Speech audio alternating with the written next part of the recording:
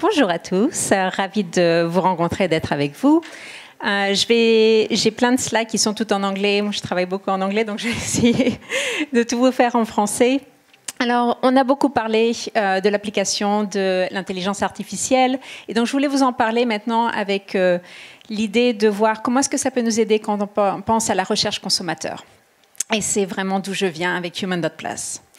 Alors, c'est vrai qu'on a beaucoup parlé de l'intelligence artificielle sur comment est-ce qu'on peut mieux comprendre nos consommateurs, les différents comportements, etc. Donc, on se demande un petit peu, est-ce que c'est vraiment juste un mot qui est en ce moment a énormément de buzz, ou est-ce que c'est vraiment le Holy Grail? Ça veut dire, est-ce qu'on va pouvoir, en gros, ne plus avoir de travail à faire et juste tout laisser à l'intelligence artificielle pour mieux comprendre les gens et notre humanité? Donc, c'est ça la grosse question.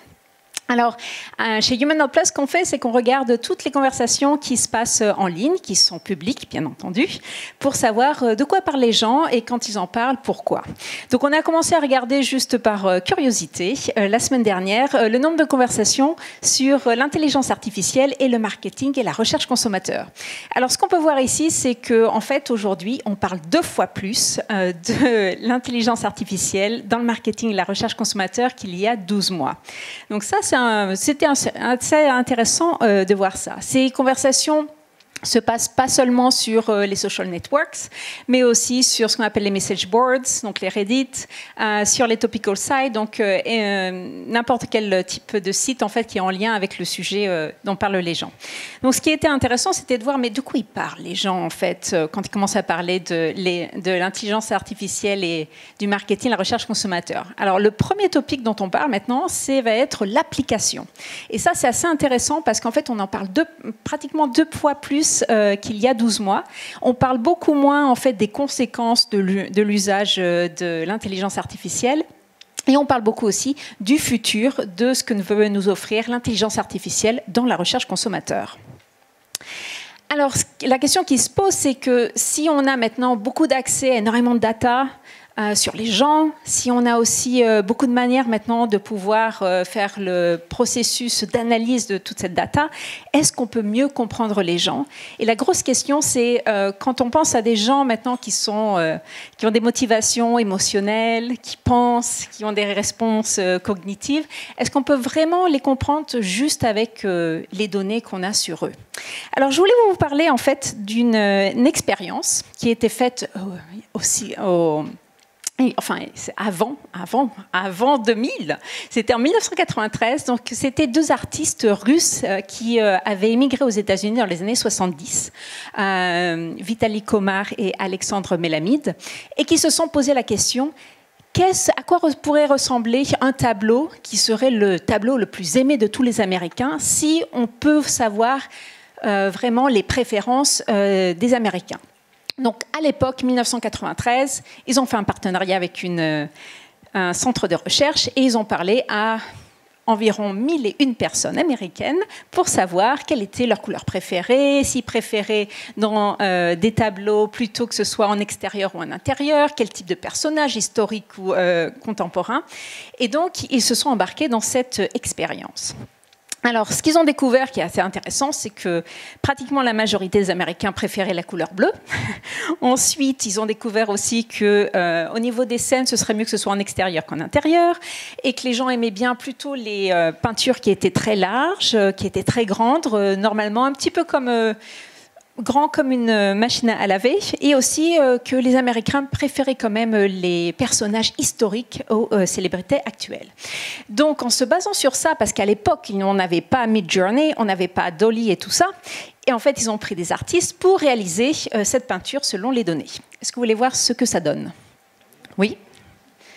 Alors, voilà le tableau, soi-disant, qui va être le plus aimé aux États-Unis. Donc là, c'était en 1993. Alors, ce qui est intéressant, c'est qu'on a un sentiment très étrange. Souvent, on n'arrive pas vraiment à expliquer ce qui se passe ici. C'est juste qu'on a un problème de cohérence. En fait, on n'arrive pas à bien comprendre pourquoi on a George Washington au milieu avec des gens qui passent. Ensuite, il y a des animaux, tout ça. Et en fait, cette expérience nous montre vraiment comme une sorte de qu'on appelle un cautionary tale, non, cette histoire en fait de mise en garde, que si on laisse tout à la data, en fait, peut-être qu'on va manquer à quelque chose. Et donc, il y a toujours besoin, on en a parlé dans les sessions précédentes, de cette intervention humaine, spécialement quand on parle des gens avec une certaine émotion, des processus d'analyse de consommateurs qui sont vraiment différents les uns des autres. Il y a besoin de nos amis, les humains, pour interpréter tout ça. Donc c'est pourquoi nous, à Human Plus, on parle beaucoup, comme beaucoup d'entre vous, que l'AI, pour nous, c'est juste un outil. Et en tant qu'outil, c'est un outil qui est aussi bon que les gens qui vont utiliser cet outil. Donc c'est très important d'utiliser l'agilité qu'on peut avoir avec l'intelligence artificielle, mais aussi l'intelligence humaine avec différentes personnes, des chercheurs, des stratégiques, notamment dans la pub. Alors, à Human.Plus, donc, on est une entreprise d'insight et donc on a une méthodologie qui a été déposée et qui utilise l'intelligence artificielle. Et ce qu'on fait, c'est qu'on utilise ce qu'on appelle cette Digital Voice of the People. Ça a l'air beaucoup mieux en anglais qu'en français. Donc, moi, je vous l'ai dit. Qu'est-ce que ça veut dire? C'est que notre premier usage en fait de données, ça va être ce que disent les gens en ligne sans qu'on ait besoin de les recruter, ni qu'on ait besoin de leur poser des questions. Et donc, cette espèce de conversation spontanée qui se passe nous aide à mieux comprendre les gens. Pourquoi est-ce qu'ils discutent de tel topic? Pourquoi est-ce qu'ils vont se sentir d'une certaine manière? Et pour un peu décoder en fait leur comportement. Alors, on a eu de la chance. Ça fait en fait depuis 2016 qu'on a développé cette méthodologie. On publie beaucoup, notamment parce qu'on fait beaucoup d'études dans le monde de la santé, notamment pour comprendre quelles sont les motivations, mais aussi les obstacles pour certains types de patients, en fait, pour adhérer à leur traitement. Et donc, un des premiers projets qu'on avait fait, c'était avec les chercheurs de la Harvard Medical School pour vraiment en comprendre quels étaient les obstacles, par exemple, pour les femmes aux États-Unis qui étaient dans un processus de traitement pour le cancer du sein. Je vous inviterai à regarder sur notre site, notamment, le white paper qu'on a écrit dessus.